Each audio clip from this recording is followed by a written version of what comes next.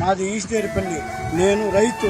ఈ రోజు 2 ట్రాక్టర్లు తోలుకొస్తానే అంతే. ఈ పొద్దు జగన్మోహన్ రెడ్డి వస్తానని ఆయన ఆనందం కోసము నాది రోడ్లో పోజేసి దాన్ని తొక్కిచ్చేసి నా సంవత్సరం అంతా పండించిన పంటని నన్ను ఎంత వృధా లేకుండా చేసి గవర్నమెంట్ సబ్సిడీ పోయా. నాకు నా సొంత కాయ కూడా నేను ఈ పొద్దు నేను అమ్ముకోలేక రోడ్డు మీద పోసి తొక్కిచ్చేసుకుంటే ఈ పొద్దు అదే జగన్మోహన్ రెడ్డి దగ్గర ఈ వైసీపీ గుండా నాయకులు ఈ పని చేసి నేను ఎట్టా లేకుండా ఈ పొద్దు నేను సంవత్సరం చేసిన పంటంతా నాకు వృధా అయిపోయి నా బాధను ఇవ్వని చెప్పేసి నాకు ప్రభుత్వం ఇచ్చేది పోయా.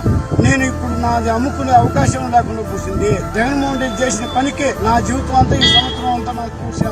ఈ వైసీపీ నాయకులు ఈ పొద్దు చీరవ కట్టుకొచ్చి నా ట్రాక్టర్ ఎత్తి రోడ్డు పాలు చేసి నా ట్రాక్టర్ తొక్కిచ్చేసి ఎందున లేకుండా దాన్ని ఎత్తి పోసుకోలేకుండా కూడా పరిస్థితి తొక్కిచ్చేసి ఇది దయచేసి మా ప్రభుత్వం మా గిట్టుబాటు మా సంవత్సరం అంతా చేసి కష్టం కానీ మీరు దయచేస్తే నా జీవనం గడుపుకుంటాము. వయసు 77 సంవత్సరాలు.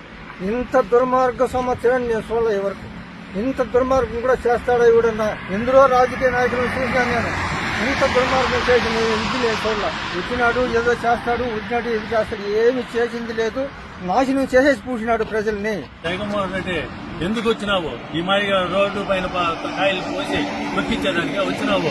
మా కడుపులు కాలుతా ఉండదయ్యా. సంవత్సరం రోజులు కష్టపడితే కానీ ఈ పంట రాదు మాకు. 2 రోజులుగా మార్కెట్ రేట్లో మేము అమ్ముకోలేక మంచి ధరకు లైన్ సరుకు అమ్ముకునేదానికి లేకుండా దీనికి మాకు వచ్చిన నష్టాన్ని ఎవరు కట్టిస్తారు? ఎవరు జగన్మోహన్ రెడ్డి చెప్పియా? నిన్న సూటిగా అడుగుతా ఉన్నా నేరుగా ఈ యొక్క నష్టపరిహారాన్ని ఎవరు కట్టిస్తారు? జగన్మోహన్ రెడ్డి తగునాదికి రైతులు పండించిన పంటను రోడ్డు పాలు చేసి అక్రమంగా నీ యొక్క రౌడీ మూకలను నీ యొక్క బలగాన్ని ఈ దండుపల్లి బంగారుపల్లిని రప్పించి ఈ విధంగా రైతు పండించిన పంటలను ధ్వంసం చేసావు కదయ్యా. తగునాదికి ఇన్ని రోజులు ఆరుగాలం కష్టపడిన రైతును నువ్వు 1 రోజులో వచ్చి ఈ ధ్వంసం చేసి వెళ్ళిపోయినావు. ఈ మార్కెట్ రేటు సజావుగా జరుగుతా ఉన్నది. ఇన్ని రోజులు నీవు వచ్చి 2 రోజులుగా మూతపడి రైతులు అన్యాయంగా అవసరపడుతున్నారయ్యా. న్యాయమానికి నువ్వు వచ్చి మంచి చేస్తావనుకుంటే నువ్వు చేసింది మొత్తం అన్యాయమే. ఏ రైతుకు కూడా న్యాయం జరగలేదు. నీవు వచ్చి అందరూ రైతులు ఇబ్బంది పడుతున్నారు తప్పిస్తే రైతుకి ఏ న్యాయం జరగలేదు. నీ వల్ల నష్టం తప్పిస్తే ఈ బంగారుపల్లి మండలానికి న్యాయం జరగలేదు.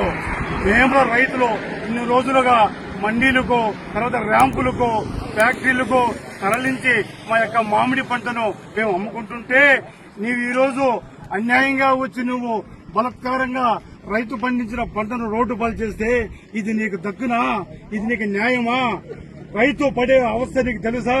లేకపోతే నువ్వు రైతును ఆదుకున్నావా? నీ జీవితంలో నీ 5 పరిపాలనలో ఒక రైతుకైనా నువ్వు న్యాయం చేసావా?